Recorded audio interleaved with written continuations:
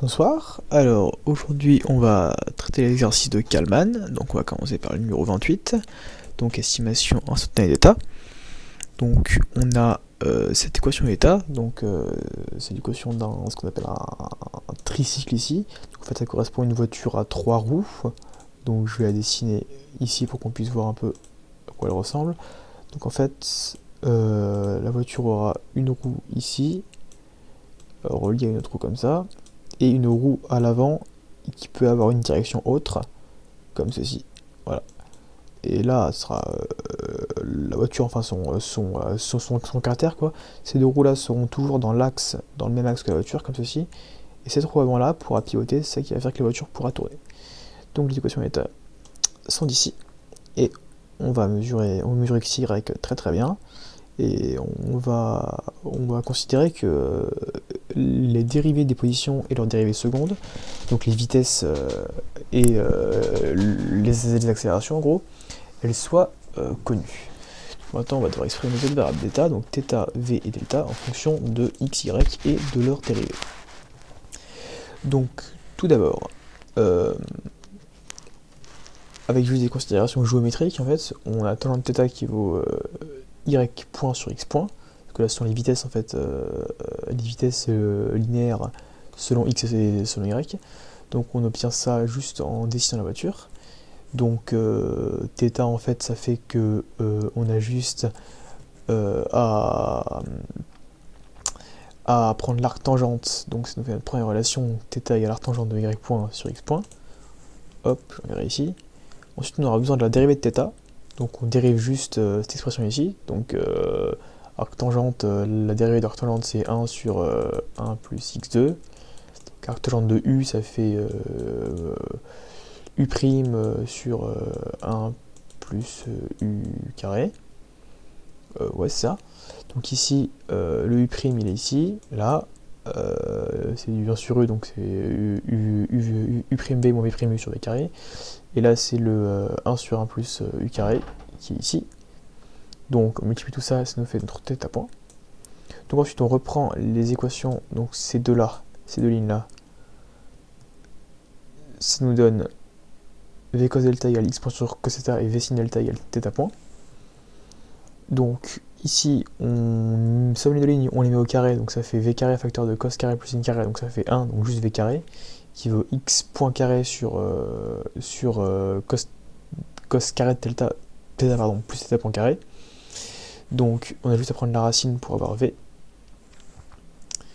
Et là on peut aussi faire cette ligne ici sur cette ligne là. Donc ça nous fait du les v simplifiés, donc ça fait juste du tangente delta qui voudra du coup θ point sur x point sur cos θ. Donc on prend la tangente, donc delta qui vaut tangente de θ point sur cos delta fois x point. Donc voici les trois relations qu'on devait demander. Donc maintenant on va faire l'exercice sur les radars. Yep là, pardon. Donc là, hop, pardon, c'est sur dessous. Voilà, donc on a un bateau avec un peu l'écran, hop là, qui va avoir un mouvement, hop ici. Il va être repéré en fait par deux radars qui seront fixes. Position est connue ici et là par exemple. Et en fait à tout instant, en fait les deux radars, ils vont hop ils vont tracer les cercles en fait, enfin tracer le cercle de centre le radar et qui passe par le bateau. Donc les cercles vont se croiser et c'est là que en fait le bateau va pouvoir être ici. Donc on va modéliser un petit peu tout ça. Donc pour ça on vous demande déjà de simuler le bateau, donc ça en fait c'est déjà donné quasiment entièrement dans le programme Python. Donc ce qui est intéressant en fait ça va surtout être la suite. Là on a juste la position des deux radars qu'on doit implémenter, on doit juste visualiser les radars et voir le vecteur de mesure. Et ce qui est intéressant en fait c'est le filtre de Kalman et la linéarisation. Donc pour linéariser, je mettrai le code à disposition, c'est pour obtenir les matrices AC, il l'appelle CK, pardon, donc je l'ai mis C, donc je vais mettre CK. Hop, du coup, Kalman, là, CK. hop, ça a marché. CK, encore une faute. Hop, CK aussi, voilà. Donc, la linéarisation, c'est grâce à la matrice CK qui est ici. Et l'équation Z qu'on nous demande, Z égale H fois YK moins X fois X chapeau, elle est ici. X chapeau, c'est le X hat. Donc là, j'ai implémenté une fonction Kalman donc pour filtrer les mesures. Donc celle-là, c'est juste un filtre de Kalman classique avec toutes les opérations matricielles qu'il convient de mettre. Là, c'est tous les paramètres avec les matrices de covariance, X, A et B. A et B, c'est les deux radars. Donc c'est la position initiale. La matrice AK, c'est la matrice qu'on obtient quand on linéarise. X chapeau. Et là, j'ai mis gamma X, du coup, quelque chose une matrice diagonale très très grande. Parce qu'on estime que la variance des mesures est très très élevée. Donc, on ajoute évidemment des mouvements aléatoires, et avec ça, on a pu afficher les cercles en fait depuis les radars. Oui. Hop, du coup là, le bateau il bouge, il s'écarte, et les deux radars ici, ils le suivent bien. On voit qu'à chaque instant, en fait, les deux cercles sont bien collés, donc ils arrivent bien à le suivre. Donc là, c'est assez petit, on voit pas très bien. Donc ce que je vais faire, c'est que je vais modifier un petit peu la position initiale pour qu'on puisse un petit peu mieux voir ça.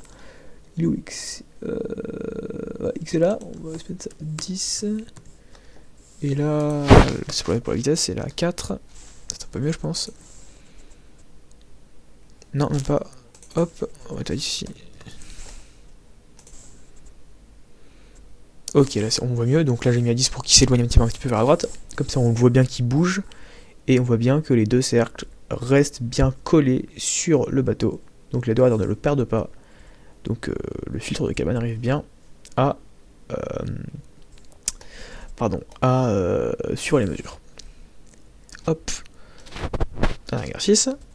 Donc c'est celui-ci. Hop, estimation d'état avec un pendule inversé. Donc on donne un pendule inversé, donc c'est comme un pendule sauf que le fil en fait est au-dessus, donc c'est quelque chose qui va ressembler hop, là c'est le support on va dire, et le pendule va être comme ça, il va osciller comme ceci. Donc c'est ce câble là qui va osciller. Donc on donne les équations d'état qui sont un peu compliquées ici là, et on doit linéariser autour de x égale 0. Donc pour ça on prend juste les coordonnées de x qui valent 0, et on cherche x point égale ax plus bu, avec u étant l'entrée.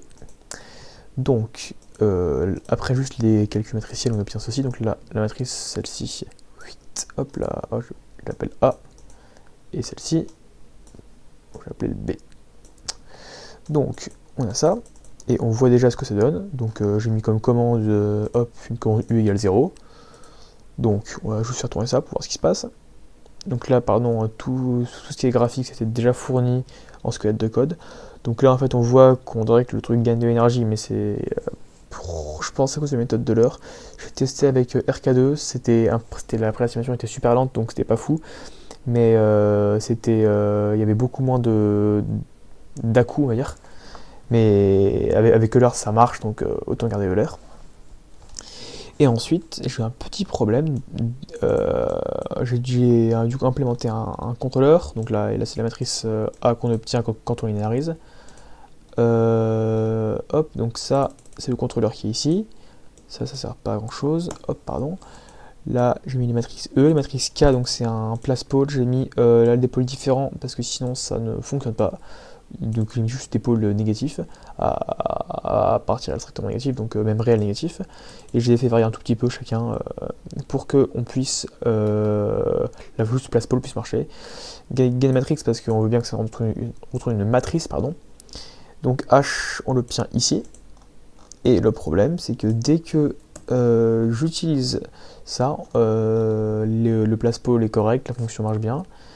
Mais dès que j'essaie de faire ça, hop, pas le debugger, run, et bien ça me va mettre une erreur ici, ça me renvoie sur une erreur en fait dans la fonction draw ifpend.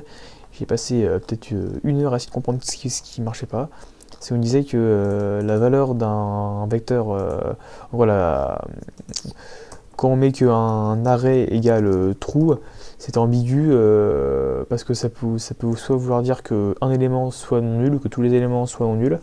Donc c'est pour ça qu'on me demande de faire ceci, sauf que je vois nulle part une condition sur des arrays qui sont vrais ou faux dans Rublib.